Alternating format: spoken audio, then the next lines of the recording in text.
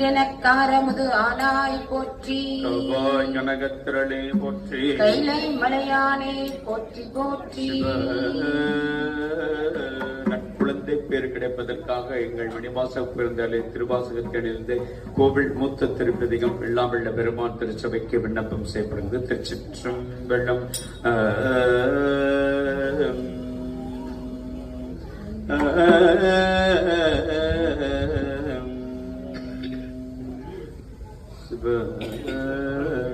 உடையால் உண்ட நடுவிருக்கும்